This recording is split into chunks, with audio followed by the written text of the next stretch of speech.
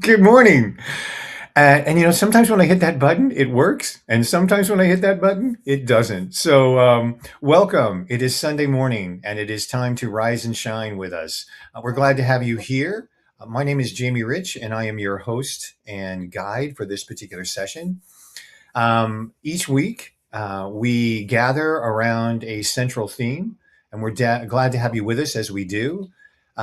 This week's inquiry actually kind of sprung from a conversation that we were having last week. And so we're here to invite you in a conversation of how do you recognize harm when you're in it and recover. So let me say that again. How do you recognize harm when you're in it and recover? So we know that many people can identify harm after the fact, like 6 months later, having a conversation with a friend or in therapy, looking back. But recognizing violations in real time while you're in the situation is a completely different skill. So what are the signs that you know within yourself that a line has been crossed? How does your body respond when someone manipulates you versus when they challenge you? And what does it feel like when that boundary is violated in a space that is supposed to be safe? So this week, we're exploring the practical skills of exploring in real time that recognition, that trusting of your body's warnings, that's naming what's happening while it's happening, and understanding that what recovery requires when harm has occurred. So this is about developing that awareness to protect yourself in the moment, not just process it later. So joining me in the roundtable this morning to enter into this conversation um, are my esteemed colleagues. Um, and I am just delighted we are a foursome this morning. Yes? Good Yeah, morning to you all. yes. Yay. And I'm so happy I get to be here with these gentlemen. So it's my absolute pleasure every week. Well, great. We're glad to have you here. And we have someone, we are truly spanning continents as we are welcoming someone from across the pond for those of us who are in North America, as we welcome Ollie Derricks to this particular gathering. Good morning, Ollie, or good afternoon, I should say. Well, technically, it could be also good evening because it's 5 p.m. right now, but it's okay. Bonjour, bonsoir, as you wish. We are Mhm. delighted to have your presence with us. And also joining us from up north, from Stang and I, is Ray Gio. Good morning, Ray. Yay. So, my esteemed colleagues, as we gather around this particular conversation, Mhm. saying, can you kind of set us up a little bit in terms of where we are with this discussion? Yeah. Uh, So, so I'm anybody who knows me knows I'm very transparent about what I go through, and I usually don't talk about things in real time experience. However, this is a topic that came up this week. Is how do you recognize certain things? How do you realize there's harm? And sometimes I'm going to be honest, we don't. And in this particular instance, I was not. I thought I was in a safe space. I thought I thought I had all the parameters set up to be in a safe space. The individual presented as a person of a safe space, um, and and I still don't have any understanding of why the actions were taken. And it left me feeling very vulnerable. It left me feeling I felt rage at first and shock. Like it was like a shock of like someone was in my inner circle and I was violated, not physically, but violated in a way that I just was not expecting. And sometimes we can feel like we have that safe space, and it's okay because during that tenure of season that people come into our lives, we are safe. However, it's the shock of when that level of safety is no longer there that what do we do? How does that feel in our body? Right. And I will tell you, I wrote about it yesterday years ago, even probably last year, I would have probably been a raging you know what, right? I would have probably went and just, it would have been bad, right? And this time, I'm fortunate to say that it happened, and it was a person that I trusted, a person who presented as a person of God, a person who has titles as a pastor, um, as a gentleman who was there for me to listen through all of the heartache and all of my childhood memories, and held my hand when I was in the hospital last week. And for this person to turn their back on me the way they did, and for them to just act that way, it was shocking to the system. And while I was already dealing with a health issue, which was even more, I don't know the word right now, destabilizing. Like I didn't know what to do with it, right? Right. I know that I'm grateful enough to have a group of people, you, all of you included, to be able to walk with me through that and say, we hear you saying, we got you saying. And I think that's one of the most important things to have in a space where you are violated in whatever form or fashion, that you have people that you can go to and talk to. And so this week I want to talk about, I know this is a very heavy topic. It could go on for weeks. We could talk about this for weeks on end because this is layered. It's very, very layered. There's a web of layers here. Um, and by any means, I will tell people, I will tell you what I would have done 10 years ago. I will tell you what I would have done 5 years ago. I will have tell you what I probably would have done a year ago. But being able to be present with my body Mm-hmm. and being able to say, okay, what do we need? What's going on here? Mm-hmm. Was I in the wrong? You know, because we also want to shame ourselves for something that other people do to us. Mm-hmm. And by no means was did I feel like I was wrong in anything. However, I don't know anything because these actions were just taken, and I've not received any correspondence other than the actions that happened. And it's tough to It sit, is. It is. really tough to sit in that. And I appreciate this space to be able to share that, and to let everyone who has experienced such a thing, because there are times when we trust people fully We with do. a lot, Right. and they do something, whether we did something that triggered them that has nothing to do with us, but their actions against us feel hurtful, Mm. and it feels like manipulation. It feels like my boundaries were highly violated, right? Right. And I don't know if I would necessarily call it emotional abuse, because sometimes people don't even know they're abusing others emotionally. Correct. And all of this awareness that you're so beautifully sharing begins to come out of us through Mhm, that process. There's actually an interesting reminder in the chat, and those of you who are joining this for this conversation this morning, mhm, as we are kind of taking a bit of an expansion of what we do on Rise and Shine Sundays to not only touch into something that we can deal with intellectually, but we also want to talk about something that is somatic for us. It's an experience that we're sure. going through. And so the reminder in the chat is to simply take a breath. Yes. And I Mhm. think it's important right now that we take a little bit of a breath ourselves. We begin to kind of do this conversation. I don't, that awareness that sometimes that we have in our head when we're thinking about something, I'm Mhm. sure that many of you listening and those of you who are in the roundtable with us, as Sang was speaking, one of the beautiful things that you do, Sang, is that you're able to help us elicit through image, words, and energy that experience, and Right. it evokes stuff within us. So I'm just going to invite us right now, as before we kind of take another step forward, is to just kind of take that breath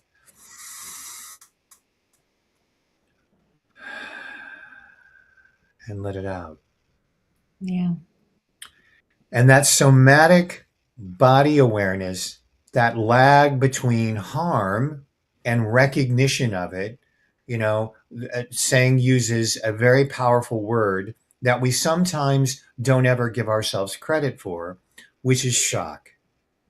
Mhm.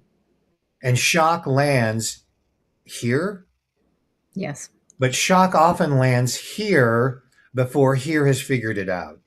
Mm-hmm. Yeah. Has that been your Absolutely. experience? Does anyone want to speak to that? Absolutely. And I can say it was shock. Then I felt disrespected. Then I was like hurt. Mm-hmm.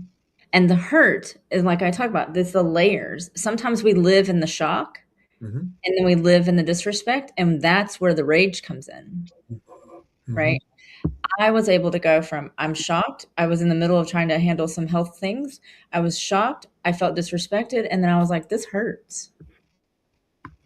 And the moment I shared with someone what happened, the first thing out of her mouth was, you trusted him. And I was like, yeah, you're absolutely right. So you're speaking again to that idea that the awareness within the somatic experience is triggering all sorts of things. So from shock, hurt, to all of the things that have been. And again, anyone in the roundtable, anyone in the chat who wants to speak to this, Ray, did you have something that you wanted to add to this? Well, I'm glad Sang described it almost as a spectrum of response and feelings. And I would just add the time in situations where I've been violated because of trust, and that's a big issue. Is the minute you think the trust has been breached, it opens the doors to questioning. But also, what I find it hits you over time. Like Yes. it may not be as quick, but then you feel it later, and then your response, your visceral and your emotional responses are all over the place, just as you described, Sang. And I think that don't think, oh well, I'll slough it off or I'll shake it off after the encounter. It comes back. It doesn't go away. Right. Right.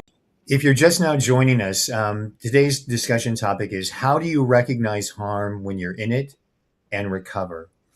And one of the things that I love about this particular question is depending upon how you verbalize it, it reveals different information.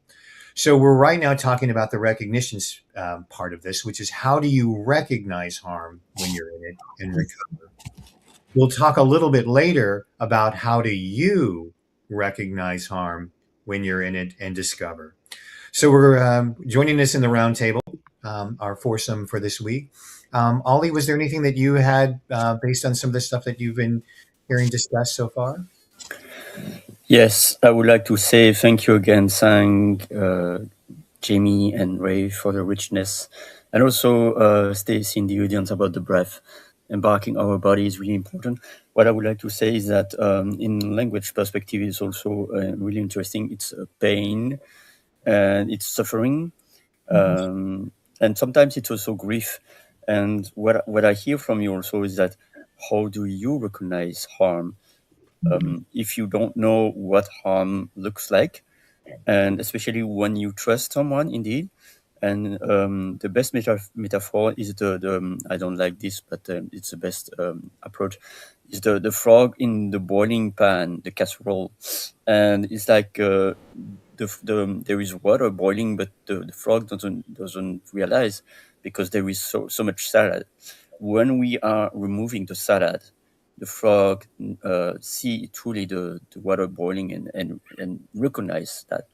So what I would like also to talk more about is something that is really important, is self-harm.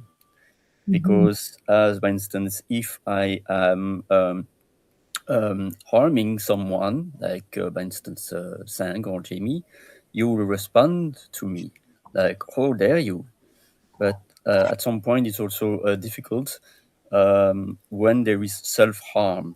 That's what I would like also to talk about, because after the years and the decades, maybe you are not aware of the thoughts that were imprinted in your brain, and also the gaslighting of people that could also contaminate your life.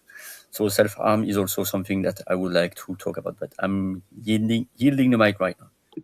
No, well, and you said something so beautiful that builds on what Sang said, which was, the there are all of these different layers because the brain is beginning to look for an explanation. And Mhm. oftentimes, if you've been in those situations, and saying as you can lead us forward in this, oftentimes when we get the first level of feedback was, is this harm? What did I do to cause it?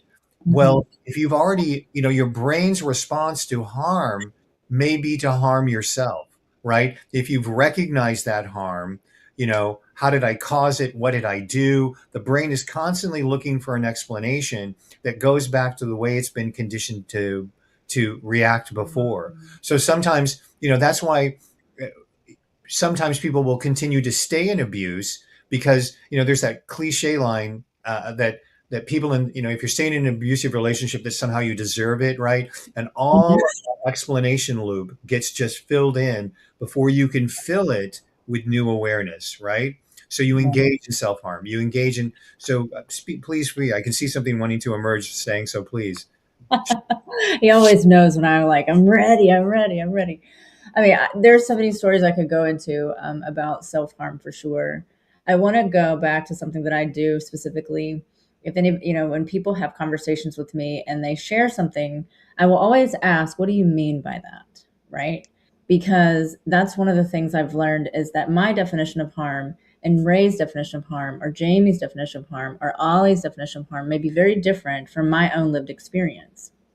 And I think one of the things to do is to work together developing a shared vocabulary so that we are able to communicate our experiences in that manner.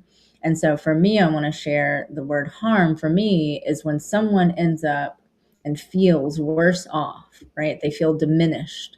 They put like their vulnerabilities have been put at risk because of an action or an inaction or some situation. So, and that can be very wide, right, and broad.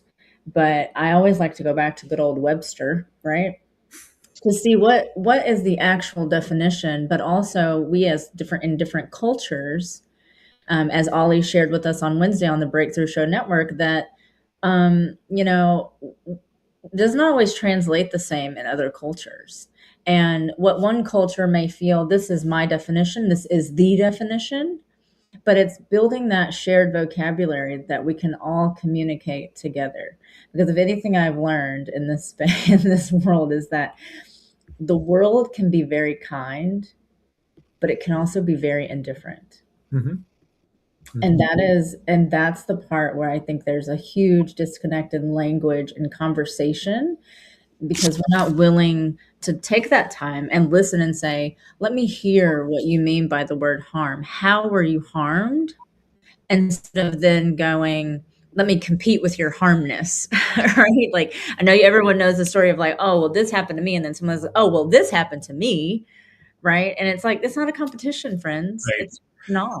But we've been conditioned to do that. Yeah. I can remember one time when I was going in for a hip surgery where it was like, who's got the better wound? Well, I wasn't able to walk 5 feet. Well, I couldn't walk 2 feet. I wasn't able to get out of bed.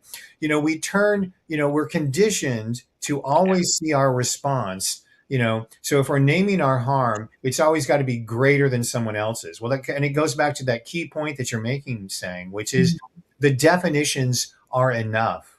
When you've already had that signal of what it means to you, that's where you can build that awareness. And sometimes when you go outside to get verification of the harm, what you end up getting is exactly caught up in the meaning of what that word harm means. Well, that wouldn't bother me. Oh, let me just take the situations you were in saying, and let me fix it, which is, we're fixer people. And I'm going to minimize you further by being able to tell you that what the harm that you've experienced is not even valid, right? Mhm. Because I've been told that, well, look, if I can just get you to switch your thinking about that saying, Right. and again, we've been taught this, we've teached it, we preached it, and we've gone to people who have allowed us to experience that. And so what saying is inviting us to take a little bit of a look at is, where's the deeper meaning, right? What does it mean for us? What is our experience? What does it feel like, right? We know that a challenge stretches us, but harm feels like a violation, right? So anyone else? I see you're nodding, Ray. What's coming up for you? Well, there's so many things, as Sang mentioned before. There's so many layers here, and one of the things that came to Sang said two things that always interest me is communication, the good and the bad, of the co-sensing or co-developing a definition of the language being used, because everyone assumes, and this is the communication flaw, everyone assumes, well, I said it so everybody gets it, right? Because I get it. That's the opposite of communication. The use of words through culture and through each individual will have so many different meanings. And what I liked what you touched on, Jamie, is that, oh, it's no big deal. What's your problem? Well, that's a dismissal of the understanding of what did Sang mean by that level of harm, instead of saying, whoa, that's not the way I see harm, and Mhm. I'm not sure I understand that. Tell me more. Yeah. And You're inviting us, saying, to kind of really not only check our responses when harm is happening to us, but if we are in your constellation of people that you can talk to, that we want to make sure that our language with you doesn't further damage you. In our quote pursuit to help, right? That Right. we're not just adding to the damage. Can you speak a little bit to that? Yeah, I think here's the thing there, and I love that you said damage. I don't look at it as damage. I will say I used to look at it as damage. I remember telling an individual a couple of years ago, this is what it's like to deal with a damaged person. And his response was, who said I see damage? Right. And it was a question that made me reflect and go, am I damaged? Right. Or is this my lived experience? Mm-hmm. And fascinating enough, there's an individual here in Kansas City who made a statement the other day, and I want to find him and work with him at some point, because he's talking about an experience from a man's perspective and how women have been wronged by the men of the society, right? And there's a quote that goes around. I can't quote it verbatim because I don't really like it, so that's why I don't remember it. But it's something along the lines of like how we've empowered a generation of women, but we forgot to teach the men how to do it, right? Well, we are those teachers, Mm-hmm. right? And I don't want to say responsibility, because I know that we're all responsible for ourselves, but there is a level of understanding and shared communication where who is willing to sit down and have a conversation with us, right? Who is willing to say, okay, you know what? I may not have been the man or woman that wronged you or did these horrible, horrific things to you or said these horrible and horrific things to you, but I'm willing to understand so that I don't do it to another woman or man, Right. to another human being. And to be in that type of environment, to be surrounded by those types of people. And I always invite people to stop and just be silent for a week, right? Imagine you can't talk for a whole week and you just have to listen to people. You're going to learn so much when you just don't talk. You're going to hear the things that people are constantly bickering about. You're going to hear about how there's always shame happening. Shame happens before most anything. Then there's blaming, right? And then there's this just, web layered of emotions and layer of things that continuously happen. There's humiliation, there's embarrassment, there's all these things that sometimes we always want to also lump those all together. And they're very distinct, the distinct differences between all of them. And I think we're so busy in our phones, we're so busy in so many things that we don't take the time to just say, you know what, let me stop like the good old days, right? We don't have Right. our in our hand. Imagine if we had our roller phone with us every time we went somewhere, right? And everything you're discussing, saying, is pointing us towards what leads to that recovery, right? Even inviting the perspective to just say, be quiet in the moment and observe what is happening around you, right? Mhm. Um, uh, you know, when as a gay man, I remember working with a school administrator, and he actually was one of these straight white men who said, "Look, I need you to point out to me whenever I'm saying is doing something that is misaligning with you, because I'm conditioned to ignore it and not see it, Mhm. and I want you to help me see it." And I thought that Mhm. that was a wonderful thing, because he was in that moment of learning. And so sometimes you have to begin like we talked about, when you've had a harm and you're beginning to ask yourself questions, right? That pathway to recovery is um, established when you lean into observation, and begin to sort of recalibrate based on the feedback that you're getting. Oh, I had no idea I was doing this, or oh, all of this was happening around there. And again, all of that leads to further and further self verification, right? Mhm. Um, uh, and I love this quote that's in the chat right now, because you're upping another is you invalidating the other's harm, right? There are so many ways in which we can lead to recovery, but I feel like I'm making a leap here without making sure that the collective group is with us. Ollie, was there anything else more, or Ray, that you wanted to say? Can I? I would like to thank you again because it's really interesting. I was thinking all along these last minutes of conversation, it's about perception, perception of our environment and perception of others' environment. Imagine someone from Bogota, Colombia, who has a difficult family history, gangs, drugs, coming into like a street calm village in Sweden is like I feel like it's like an elephant in a porcelain shop, because we are all different. It's like aquarium. We might not sense the if our water is polluted, we might not sense it, but others will. So letting others making us aware, but also the SOS technique, stand back, observe, and then when we are aware about this, we can take action and steer SOS. And so it's really important also to acknowledge our inner dialogue, self-harm, and also how do we approach it? Because at some point there will also many layers to unpack, but we can also do harm by choosing wrong food. We might not be aware about that, but these foods might have effects that will strengthen our mechanism of harm. Because I realize also that when we harm ourselves, then it's difficult to not harm others also. Because it's like having mud within us. We are spreading our mud elsewhere. There is so much people that we can see in the news that are doing that, Right. because probably they are self-harming themselves also. Right. There's a lot of pain out there to stir, right?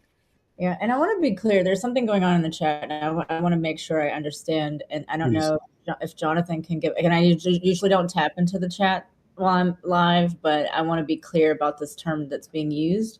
He put the term Epsteinologist, and I don't know what that is, because when I looked it up just a while ago, that is not anything that I'm affiliated with, so I don't know what that is. And I did ask a question if it was something.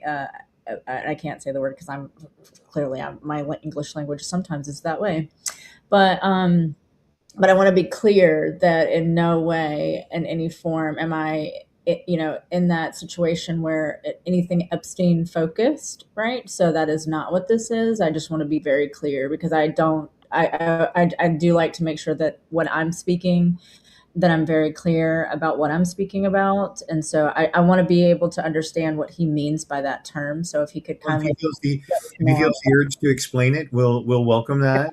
love it, because I did put some other, because I did look it up a little bit, and it can be misconstrued as something else. And so I just want to make sure that that's Yeah, and getting clarity in the moment, right, Yeah. is important. And Yeah. we say this with no added shame or harm to anyone for raising things, but Sure, absolutely not. we're seeking clarity in this particular discussion around a very sensitive topic. And if Right. those of you who are just joining us, our topic this week is how do you recognize harm when you're in it and recover?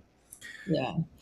So I would love. I know I looked it up. I know, Stacy, if you wouldn't mind looking it up for us for sure, because I know when I talk about a episiotomologist, it's a person who studies questions. So I guess I could be one of those people. So I just want to make sure that the word is being used properly.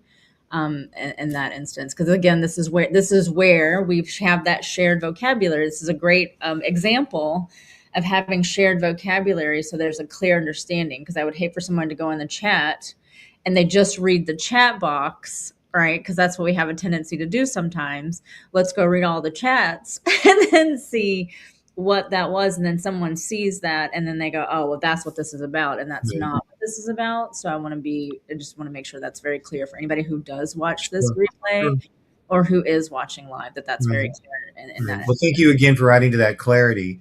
And we are a show that does speak a lot to questions. So, and again, one of the things that's really strong about this is what those questions elicit, because we recognize the power of inquiry, right? Mhm. And we want to make sure that whatever process that we're doing for our inquiries, leads us in that more generative spirit, right? We want to build from what we've been practicing over these different weeks. But you, at this particular moment, named something else, that recovery starts with naming things. Yes, right? absolutely. And what you've done so brilliantly is talked about, well, okay, is this harm? Is this happening? What do I need to remove myself? All of the things about the boundaries. Do I need to step away from this person? Do I need to inform it?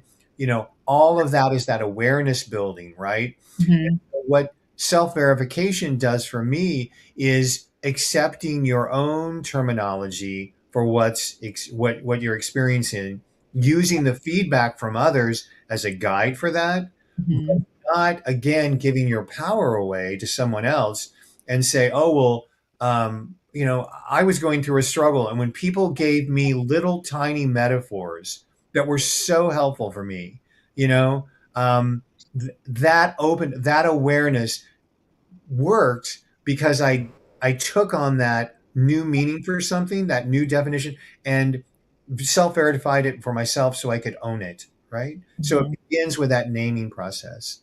Yes, absolutely. And it's hard, and I will even attest to that. It's hard. Sometimes it's hard to name what it is, right? Because like I mentioned, like that first initial, like when I walked myself through it, 'cause I'm pretty sure on earlier in the week when I talked to Ray and Jamie, I was still a little charged. I'm sure they can see a little bit difference from me from that day to today.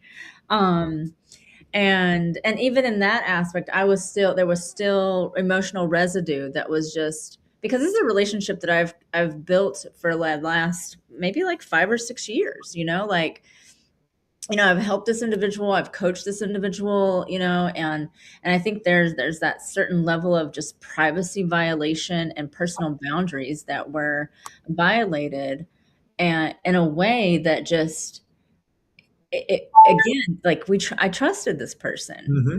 right? And when you know that you are walking in integrity and you are walking in your own truth, whatever that is, and I know everybody hears that, but like when you're walking at peace, is how I can explain it right now. When you're walking with yourself at peace and you know that you've done the right thing and according to yourself, right? Like, have I told the truth? Have I done this part? What part did I play in this? Because there are times when okay, not necessarily that anybody's right or wrong, but how can I have my own back in this situation? Because I can't expect everyone else to have my back in the same way. It's interesting again that all of the word choices that you have used, body, stand, feel through the ground, are all of how it processes from the brain through the body, right? Because harm makes you feel really small, quiet, and when someone challenges you, you can't sometimes feel the ground underneath your feet. Right. Because sometimes the ground just disappears. Manipulation makes you doubt your own perception. Mhm. Emotional abuse makes you feel responsible for somebody else's behavior, and boundary violations make you feel like you shouldn't even have boundaries to beginning. Mhm. So if you stay in that abstraction without doing what you just beautifully demonstrated, which is, well, where do I stand in this? When I take that breath and begin to sort of recognize do you understand where I'm at with this whole idea of the somatic switch that you do so Oh brilliantly? yeah, absolutely. Like I'm living it, Jamie. So And it's hard. And I will say it's hard to explain it, but I know that that's a gift that I have when I talk to my clients. I know one of my clients, she told me one time, she says, "You're oddly honest." Right? And I was like, what does that mean? But it's like, you take those little things that someone says and that sticks with you. And so for weeks I was like pondering on it, but it wasn't pondering on it on a fact of like, what did she mean by that? Or, oh my gosh, she thought about that, and I was just like, what does that mean? Right. And so I thought about it, and I know that my gift in this world right now is I can hear what people are saying. I listen for what is being said. I watch their body language. I hear what's not being said. And typically when I'm talking, I will describe to them, just like I have to everyone here, what's happening in your mind. And I walk you through that process. And then they think I'm psychic. And I'm like, no, guys, I'm not psychic. I just know things. Right. But again, we walk through each stage of our life, and each stages of our life, and that's the other thing to keep in mind, is that we're not the same person we were a year ago, I hope. We're also not the same person. The life experiences are way different. We're all not the same since COVID. Let's just be real. Okay. A lot of things shifted as a whole in the world during COVID. And we're all now, what are we, almost 6 years, we're 6 years later. I can do a little bit of math, guys. 6 years later. And we're trying to figure out how to still recover from something that happened 5 years ago. And you have again used some Because wonderful. we're all. Go ahead. You cut out for Oh, a you second. Go ahead. Go ahead. Are you back with us? Yeah, you go ahead, Jamie. No, I didn't mean to. I wanted you to continue if there was more. No, it's okay. Go ahead. What you have again illustrated so beautifully is that some people speak from what they believe.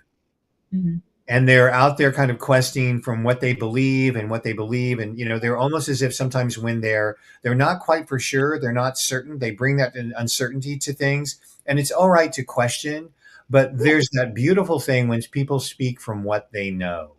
And that's when a belief becomes integrated into the system.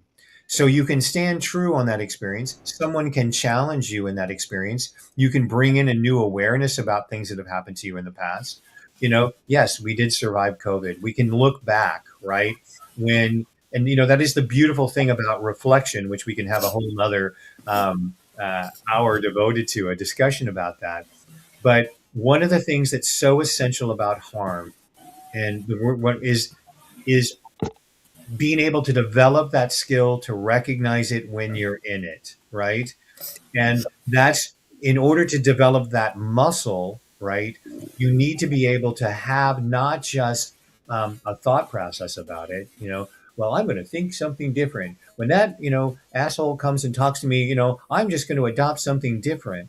Well, that's an interesting intellectual exercise. But the answer to that intellectual exercise still leads to more awareness. And when that awareness seems solid with you, it lands in the body to become what you know. And if someone challenges what you know, you can again go through that process. But that whole, do you see that cycle, Ray? Do you understand sort of that pattern that I'm sort of laying out? Yeah, I'd like to add a slightly different variation if we can, if we have time, because definitely I think recovery is going to be a whole episode by itself. But it ties in with what you've all been sharing, is manipulation, because that's, I think, part to connect it to awareness, becoming aware when you're being manipulated, and manipulation can be extremely subtle. Or if you don't notice and if you trust, you go, oh, well, they're not manipulating, I trust them. But then again, there's signs, as Sang has mentioned, is if we're aware and we start to sense and see and feel the signs of manipulation. And I'll just add one last thing and toss it back to you guys. One of the things a few years ago I was looking for in a work experience, I was observing and experiencing passive aggressive behavior.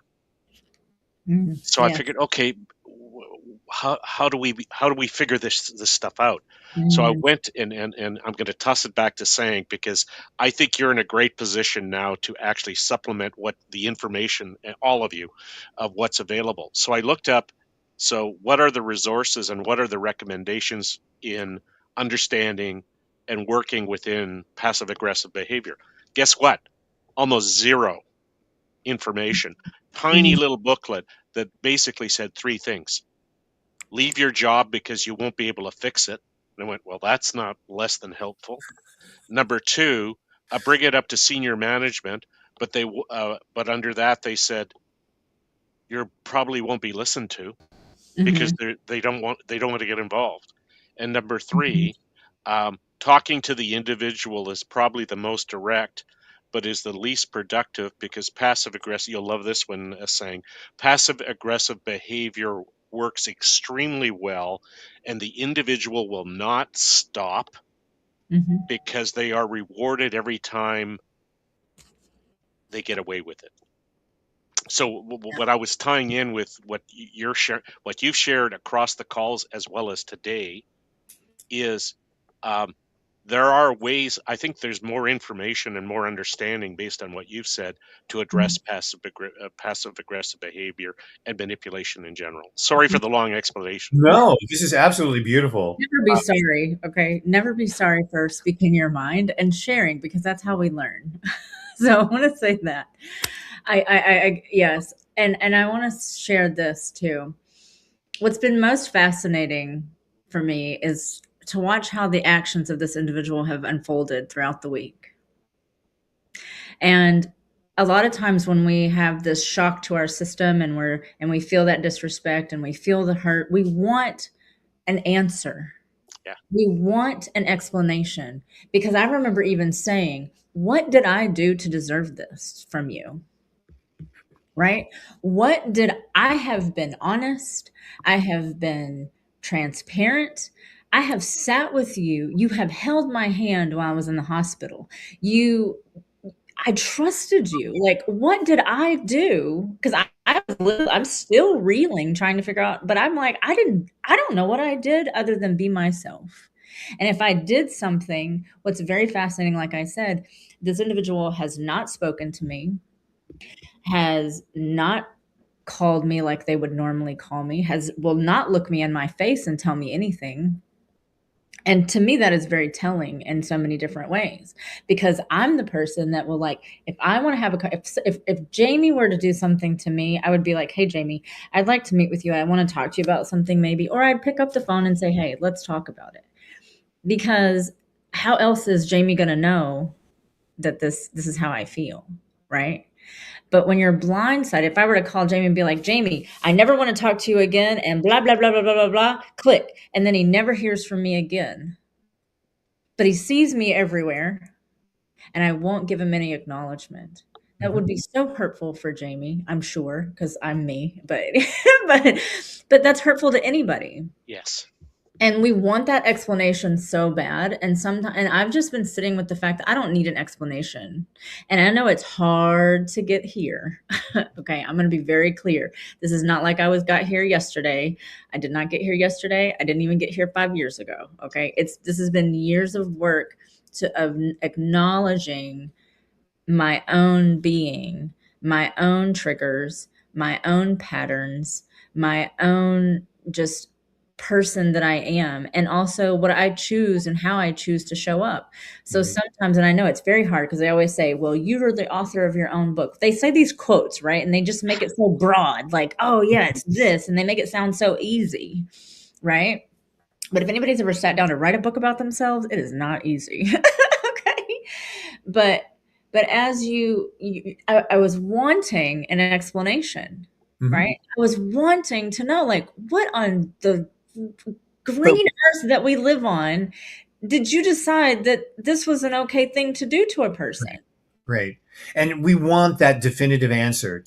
We are so hardwired to want to know why. We use, inquiry to be able to find the solution. And oftentimes when it relates to something like harm, well, there can be an explanation as to why this guy well, he had a difficult childhood, or, something else had happened to you. And there are so many, just like you saying so many layers that why eventually becomes unnecessary.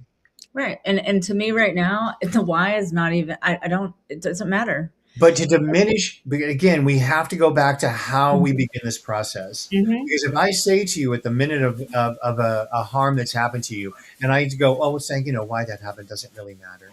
You're just going to be spending all this time, blah, blah, blah, blah. And that minimizes your ability to build your own awareness, all right, what you need to do. But ultimately, again, if we're talking about a somatic experience, about, what does recovery look like, even though we're not going to be able to have the time to explore it in full, it begins by recognizing that the why no longer matters, that you matter, right? What are you going to do? Having had this experience, what are you going to do differently moving forward? Which is why I go back to, maybe we do another episode where we ask the question, how do you recognize what's harm when you're in it and recover? But then it becomes, how do you recognize harm when you're in it and recover? Because you're going to be, as so beautifully put in the chat right now, you cannot change others, right? Right. You can begin. And now I want to share, I'm not here to change anybody, because people, and this is one of the things, there's a few quotes that I stood by back in August. And one of them was, every decision I've made up to this point has gotten me to where I am. Right. And that's that ownership and accountability of self. The next thing is, and this is always the hardest, it's still hard today, right? Is when I give myself permission to just allow people to show up as they are. And I don't need to change them. I'm not going to change them. I'm just here to receive you as you are. And I get to choose how I get to interact with you. And that's the hard part, because when we think we have this choice, we feel like, I want to be liked. I don't want to be seen as this. I don't want to be seen as that. And I may be one of the people who I'm like, I love that you think that about me. Tell me more. Because I have to say, like, I love it, because I'm like, tell me what you think my life is like that. Tell me more. What else do I do? But you again demonstrated so brilliantly what the process of recovery looks like. Right. It's being able to not only recognize the transformation in yourself of developing it, but when new information is presented to you that is contrary to your own experience, you're saying, well, wait, what is that?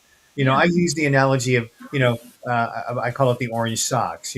Ollie, I don't like the fact that those orange socks that you're wearing, I have all this problem with it. And Ollie's looking down at his feet. I don't have orange socks on, right? So the question then is to go, well, all right, either just know the truth about yourself. Other people are saying things which has nothing necessarily to do with you, but you're re-empowering the recovery by saying, well, tell me a little bit more about what you're seeing. Because what you're doing in that moment isn't deflecting, it's reflecting to the other person what's being expressed by them. And that is agency. That is standing in your own power, because there might be something new that you might learn. Well, in my country, that color of bright yellow is referred to as orange. Oh, okay, great. Thank you for that sharing, and we can move on. So again, when you write your book, saying you'll be able to take these awarenesses that you've had and recognize that your lived experience, right, the way in which you've been able to integrate the awarenesses that you have are what lead to that change, that somatic change, which leaves you, which I hear you wanting to even express, you having gone through this are stronger for having gone through it. Would that be fair to ask you at this moment? Oh, yeah, absolutely. Like, every experience, again, it's not always been this way. There's been different things that I pick up out of different books that say things. But if we look at everything that we go through, every obstacle, every challenge, It's like what I talked about a few weeks ago that Jessica mentioned to me. It's like a GPS. We put in an address and we want to go somewhere and we make a wrong turn and GPS is like, oh, we got to go this scenic route to get here though, to get back on track. Right. But there's a lesson in that. We may see a new restaurant along the way. We may see somebody who needs help along the way. So if we look at it the same way, there's lessons in everything that we learn. And I know it's hard to be in it and say, what's the lesson? So I think that's where people try to go first. And that's really not the place to go first because you don't even know the lesson because you're still ruminating and all the emotions of taking the wrong turn. Right? So it's then once you get back on the path, you go, okay, now let's reflect and say, and I know Ollie has his hand up, so I want to Yeah, hear he what does. he has to Share with say. us, Ollie. What's emerging? Well, there are so much things that I was reflecting over the minutes. So when you talk about the GPS, I was seeing a visual a few days ago. Like the GPS never tells you, where are you going? You made a mistake. No, Right. the GPS says, oh, you take another route. Let me recalculate. If it's still your destination, then let me recalculate. And then in terms of harm, it's also having the bandwidth, the time and the space to be able, because when we are having a threat, uh, I love to tap into neuroscience as I know the information. There are so much hormones in our brain, the dose like dopamine, oxytocin, serotonin, and endorphin, and then the cortisol and the adrenaline. And when there is the amygdala with our nervous system and the prefrontal cortex. So when we are on a threat, the amygdala is activated and it's kind of a sea salt. So it means that we don't have the bandwidth, the space, the time to be aware and to course correct, to really say, okay, let me, what is my control? What can I do? And one thing that I was also listening and really agreeing with you is the fact that it's about the curiosity mindset, the question mindset, the science mindset, because we sometimes some people want to be right, and they are stuck in their beliefs and they are not listening to others. And it's like I love also to tap into NVC, nonviolent communication, to remove our shoes and to dance in the space of the other person, to really be aware what is the environment of the other person, what is the journey. And I love saying what you said also, like lots of mic drop dang, it's about the fact that we cannot change others, as Stacy said, that means that I am responsible for my part, they are responsible for theirs. That means that it's none of my business what they will decide. It's on my business what I will react on that, and to self-protect of myself, and Right. also to advocate for others when we see a particular moment where someone is threatened, when someone is armed. It's not to Yeah. play the savior, but to say, oh, look, I perceived this fact. You were shouting at this person, etc. So it's really also to advocate for ourselves and also to others, awareness. And if they don't make the effort to act on the awareness that we spotlight to them, Yeah. it's none of our business. We did our part. So thank you so much for this amazing conversation. Well, you're adding to it, Ali, and I want to go back and just track with you. Again, one of the things that you so beautifully illustrated is that when harm happens, there is this experience of shock, right? And so there is that moment of shock that is there. And you invited us to really, make sure what can we do to make sure that we're safe in that shock, right? To not do any further, but to flip the question around to ourselves, right? um, and to say, well, I'm curious. Again, building on what Sang said, which is when you're presented with a harm, it is a muscle, and we're not trying to say that if a bus is coming at you, get out of the way. But if you're in a situation where you've been harmed and you've learned how to be able to process that, where you can flip it to recover is to get curious. Is this something I need to run through? What's right about this situation that I'm not seeing, which was the guiding question that we had last week.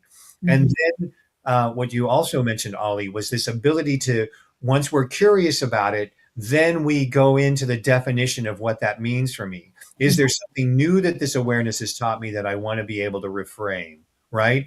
So we don't discount, just like, Sang is so beautifully pointed out, we don't want to discount the feedback, but we get, unfortunately, conditioned to believe that, especially in the case of harm, especially as Ray pointed out in the case of passive aggressive behavior, that there's something that we've done wrong, right? And that spiral sends us inward and we're lost, right? But what all of you have been recommending, and what we're so beautifully hoping to be able to recommend on a very, very challenging topic. And I'm so grateful for all of you for embracing this, not only from an intellectual standpoint, but from your own lived experience. And I'm grateful for Sang for having inspired that. Was there anything that you would like to make sure that we wrap up to leave with our listeners and with ourselves for this time together? Yeah, I just one, it's always an honor and a pleasure to be here, to be able to have the space to share, and it is only my goal to help. I'm not perfect by any means, okay? I will tell everyone that. I may look perfect, I promise, but I am not. However, I will say someone got me a book, and Jamie always tells me that I'm brilliant, but someone got me a book for my birthday and it says this. Oh, yeah. So I just want to reiterate, guys. No, I don't know if we're allowed to say that word on the Breakthrough Show Network, but at least it's there. yeah, I know. I just want to share that. But I will say this is not. I wish I had a magic button for everyone, that everyone could just be in the space where I get to be now. Because again, last week it was very hard, and it's still there. I've done a lot of work over the last couple of days just to kind of navigate through that. And so I think it's one thing to tell people to give yourself grace, but we also don't know what that looks like for ourselves, because we've not taken the time to just be with ourselves. I invite anybody who's listening at any time to, I'm always available to talk to at some point. I do have clients. I only work for referral only, so I've been that way for 10 years. I am opening up some programs at some point, but that's not what this is about. I want people to be able to know what safe spaces look like for them. Amen. Because growing up in a home where even I couldn't go home as a safe space, I've always wanted, I always tell people, at least have one person that you can tell all of your things to, that someone who's not going to judge you, who's not going to shame you, who's going to listen to you, who's going to just give you that feedback or ask you questions that kind of help you navigate through something. I know that I stand as that person for a lot of people, and I will always do that. And I will say, even with children and parents, and this is my golden rule, and then I'm going to wrap up because I know we got time, is I'm a sanctuary, basically. Always told me that. Whatever says to me is being said to me. The only time that is ever breached is if someone's life is in danger. Okay. So just know that's always been my boundary and my rule, so to speak. And I have fought people over that rule because they wanted to know what their children say to me. And I'm not violating that for them. So Beautifully put. In the seconds that we have remaining, Ollie, Ray, anything to add in? Thank you, Jamie, for holding space for us. Thank you, Ray. I cannot wait to know more about you, because Jamie and Sang, I know them more. Sang, thank you so much for your presence. Finding our environment, finding the people that we can trust, that's really important. Trust is something that is not a checkbox, it's a muscle. And it means that who is around me that can accept me as I am, with my light and with my shadows. And so that's really important. And Jamie and Sang and Ray, I'm blessed because I am present. I am me. Sometimes I'm woohoo, and I'm growing. I'm growing with you, because it's about being a better person It is? for others and for myself. It is. Ray, and we've got like 10 seconds left. Anything that you'd like to toss in? What he said. And then some. We will be back here. I'm grateful to the three of you. I'm grateful for everyone who has been watching and continues to watch. If you want to learn more about contacting us, go to RiseandShineSundays.com. We are grateful, as always, for being here on the Breakthrough Show Network. Coming up next on the Breakthrough Show Network is Spirit Sundays. We are here. We have risen and shone this morning, and I am grateful, and we'll see you all back here next week. Keep shining. Keep shining.